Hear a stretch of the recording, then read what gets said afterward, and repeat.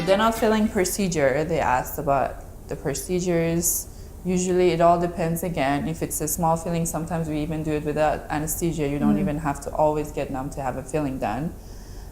If it's a larger filling, we'll usually numb the patient and you shouldn't feel anything. You know, we all are here for and want to have the patient comfortable. So if you feel anything, I think we all stop and make sure that we get the patient good comfortable. Local anesthesia, exactly. Yeah.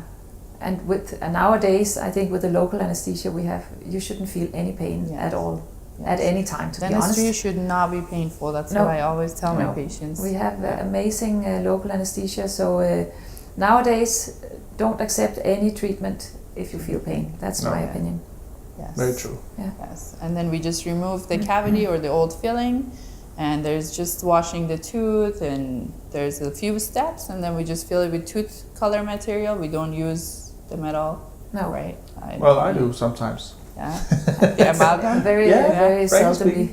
But it has its few places, but I'm not categorically not using it. Yeah. But it's not really what patients look for anymore. It's they want the wider ones. Yeah. So I personally don't use it at all. So mine are just the wider ones. The white filling, exactly. So we match the color with your teeth. You know, sometimes it's a front tooth, so we polish it, we make it shiny, we make sure it looks good.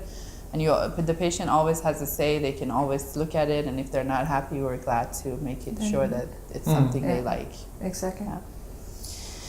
So dental filling materials, we talked about that. You normally use white, but sometimes if there's an indication, maybe a metal one. Or we can even do porcelain fillings if we want them even stronger, or sometimes we can even use gold. I know that's an old-fashioned material, but it's actually a very, very good material. But cosmetically, of course, that's not really, most people will not really accept it. But we actually have so many different options these days, which makes it easier for us. And the materials have changed a lot. Back in the days, the wider tooth color material weren't as strong, so now they're very strong. The porcelain is a really good option for the back teeth if you're missing a cusp of a tooth, which is a big portion of the tooth. So for the functioning reasons, if you use porcelain, it lasts a lot longer. Yeah, exactly. So it all depends on the case. And it's you can very say case individual.